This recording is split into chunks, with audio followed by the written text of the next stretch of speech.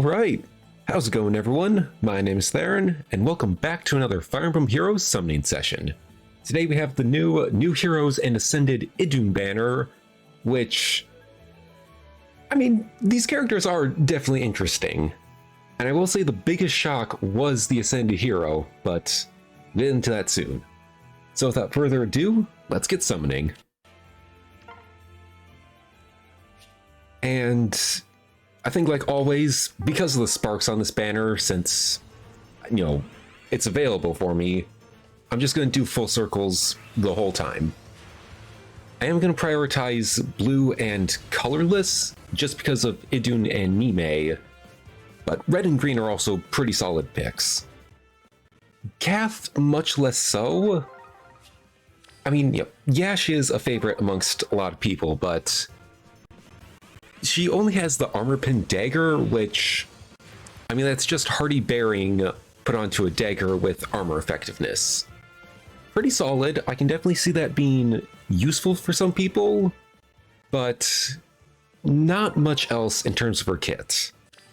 She does have a attack res bond, which is definitely going to be useful for a lot of unity skills, for people with attack res unity if you want to fodder somebody off. That's an eye green, same game. But I mean, again, with Kath, not much going for her with her kit. Still pretty solid. Ooh, plus attack. I think those are the same IVs I already have. So I'll probably just keep you for, what's the skill? Special Spiral, that's the one. Yeah, I did take a look at these character stats, and 43 base speed for Kath. She is one speedy dagger, and I think Wind Sweep on her is going to be fun. Now I just need the fodder for that. Then, of course, for red, we have Hugh. Pretty decent red tome. Cell Spell tome, his PRF. It's literally what we've seen before from Farina and Malice's weapons, where the more dragon flowers you give him, the better he does. Once again, just like those last two, it's just a nod towards his character where you have to give him gold in order to recruit him. However, I will say this, and slight spoilers for Binding Blade if you didn't know this, I kind of expected them to do the opposite for the Cell Spell Tome, where the less dragon flowers you give him, the more he does. The reason I'm saying this is because in Binding Blade, if you refuse Hugh's offer to recruit him for whatever amount of gold he offers, he will actually lower the price at a discounted offer, and he will continue to do that, what was it, like 3 times, I think? So you can actually recruit him at a cheaper cost, but he still does the exact same. I kind of thought they would have done that for his tome. It would have been a fun little nod, but I'll take this nonetheless. And of course, he also has a new ideal skill, Speed Defense Ideal. That is definitely going to be useful for a lot of bulky and fast infantry armor units. And I think depending on the build, somebody like Winter Hilda, or if you really want to, the Black Knight could definitely benefit from that. They're both fast armor units who deal a lot of damage and are pretty tanky. And I forget what he has in his C skill, but I think that's going to be another skill people fodder him off for.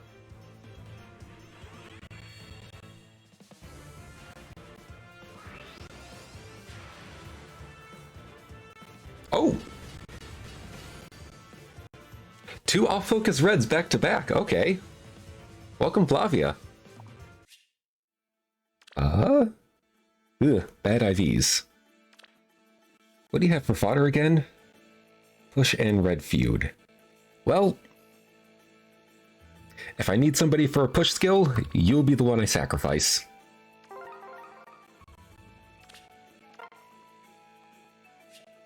Ooh, there we go.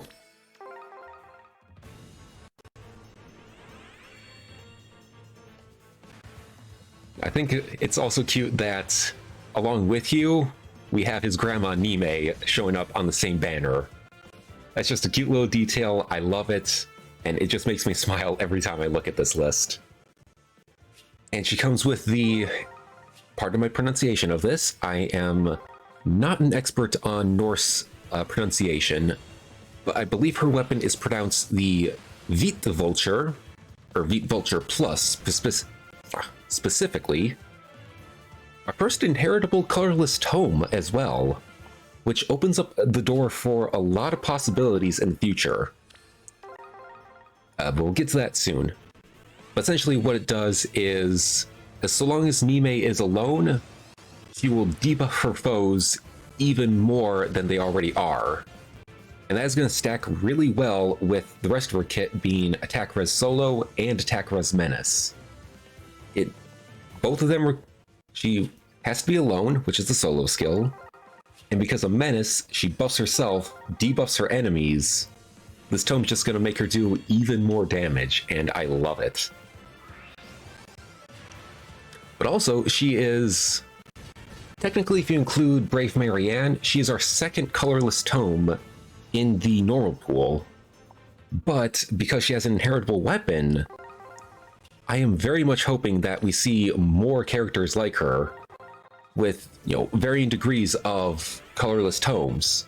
So that way, if one isn't, what you want it to be, you can just fodder off somebody else and redo their entire build that way. It's something that I've been waiting for a while. I think a lot of us have. Because for a while, all the colorless tomes have been seasonals, a legendary, and a mythic. Now with Nime here, I think we're going to get a lot more in the future, and I love it.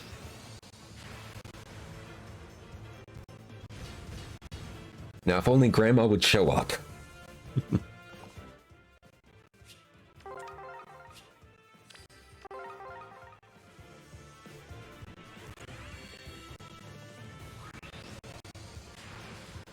And then finally, the prize unit of this banner, IMO, and I think in the opinion of everyone else, Ascended Idunn, who, again, slight spoilers for Binding Blade, but I think this is going to open up, or actually, I think this now lets us predict 2 possible Ascended heroes in the future.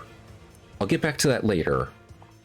But as for her kit, this kit literally gives the middle finger to Duo Chrom, and to a lesser extent, Legendary Chrom.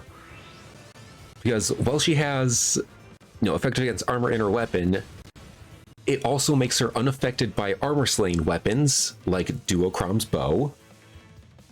And if she's within 3 spaces of an ally, she debuffs foes' stats, neutralizes any penalty she has, and inflicts no follow-up on foe. Which, if you use Duo Chrom's skill, the Duo skill specifically, he's supposed to get a follow-up attack. But her weapon literally says, no, you do not. All of that, combined with the fact that she's blue and Duo Chrom is red, it has not been more than 2 weeks since Duo Chrom was announced and they already countered him. For the love of all that is holy, Faye. Come on. Just let him have the spotlight a little longer, please. Oh well. At least he won Choose Your Legends. Hey! Finally! We got her! And I think that was on a ticket, too. Also, first time I did not have to use the Spark to get the Ascended Hero. Finally. Oh my god. Plus attack, let's go. He is going to be very deadly. Nime, do you want to come home?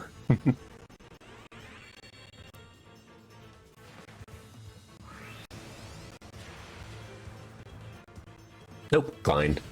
Same game, though. Alright, we got the Ascended Hero. I'm still gonna pull on blue, though. just because she has some really good skills.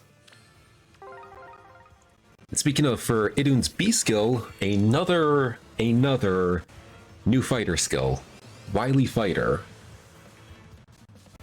But I mean, looking closely at this, it is literally just like Slick Fighter, but it works slightly differently. Both of them require, foe to initiate combat and the unit to be healthy, the one who has a Wily or Slick Fighter, and both give the armor unit a guaranteed follow-up attack. But with Slick Fighter, it neutralizes penalties on the unit, except Wily Fighter neutralizes bonuses on the foe. Technically doing the same thing, but in just different wording. Doesn't matter which way you cut it, both of them are still really good. But I think Wily Fighter is going to be foddered off more, just because it's in the normal pool, and it's not, legendary locked to legendary Tiki, or on Valentine's Henriette, that's who it was. Slick Fighter is still a bit more premium, but, again, with Idunn here, you can get in the normal pool. Wily Fighter, that is.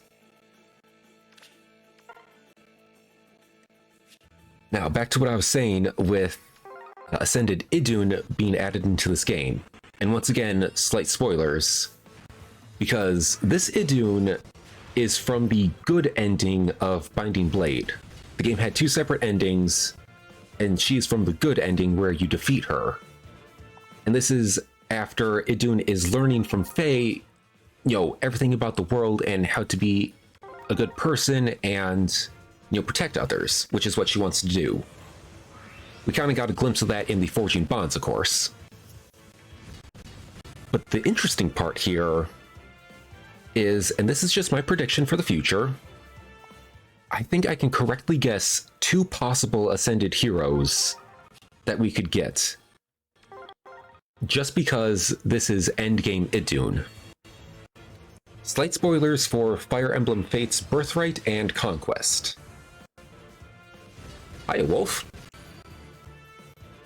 So, at the end of Birthright, after, let's say, certain circumstances involving Elise and Xander, Leo and Camilla are the two surviving heirs to the throne of Nor. And Camilla being the oldest, that would technically make her Queen of Nor now, like what we got in her Brave Alt. But of course, in that story, she resigns, saying she is unfit to rule, and hands the crown to Leo, who now becomes King of Nor.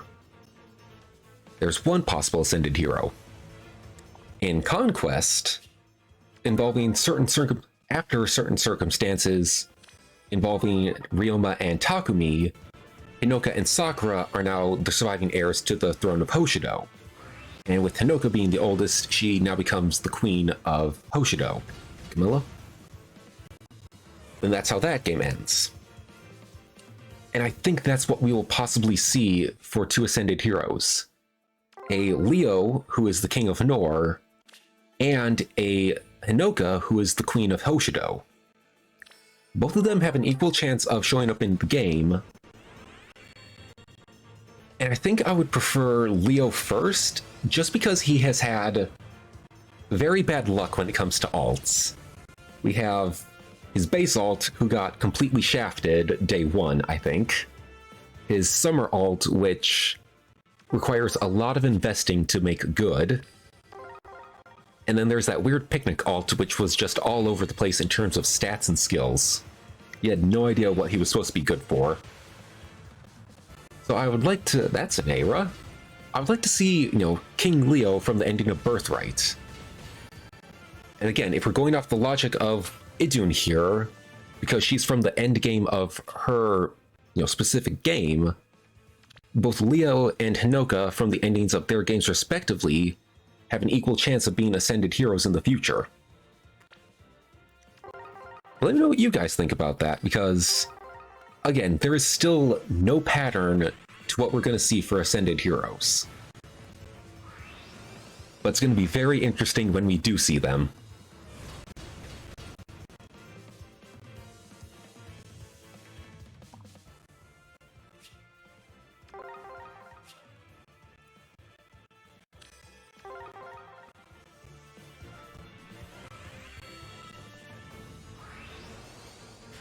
Man, Kath really is dodging me.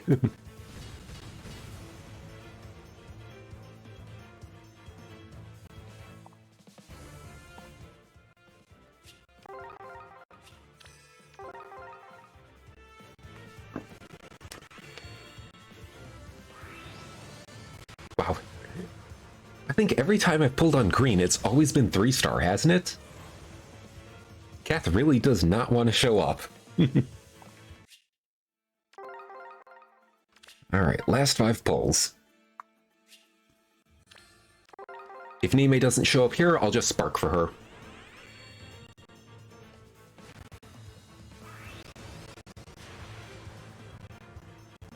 And we're sparking for Nime. Awesome.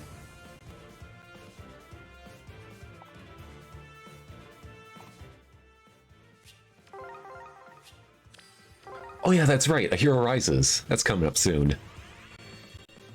Oh dear lord, am I nervous for this one. I am very happy that Hatari Azura made it into the voting gauntlet, don't get me wrong. But we're going up against Fallen Edelgard in the voting gauntlet if they're doing the same thing as last year. And that scares the ever-loving snot out of me. So to everybody watching this video, if you're still not set on who you want to make it past the first round, please vote for Azura. Give her all the support you can, that's a Sayri. Please support Hatari Azura. We need to get Fallen Edelgard out of the running for the banner. Nothing against Fallen Edelgard, she is definitely a scary unit. But she's in the normal pool. You can get her at any point in time. I had plenty of opportunities when I summoned on Colorless in this video for her to show up. We don't need her in this voting gauntlet. You can get her whenever. In fact, I think most of the people who have her, she's already at like a high merge, if not plus 10 already. Not to mention, she's already been on other banners where you can spark for her. We don't need Fallen Edelgard in this voting gauntlet. Get her out round 1, please. I don't care who wins in the other divisions, I just want Hatari Azura to make it past round 1, and that's all I will ask for. I don't care if she wins or loses the rest of it, just please let her get past round 1. Alright, I'm gonna get off my soapbox. We're gonna get Nime in here, and we will end this video. Oy.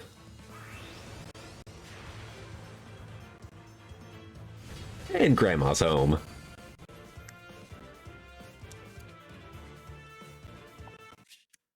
Now, if only your ungrateful grandson would have shown up.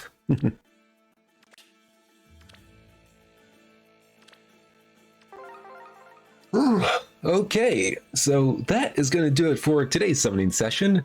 Thank you all so much for watching. If you did summon on this banner, let me know who you got down below in the comment section. I always love seeing your results. And if you haven't summoned yet, I wish you all the luck in the world. But with that, I'm Theron, saying I'll see you next time. So until then, farewell, and game on.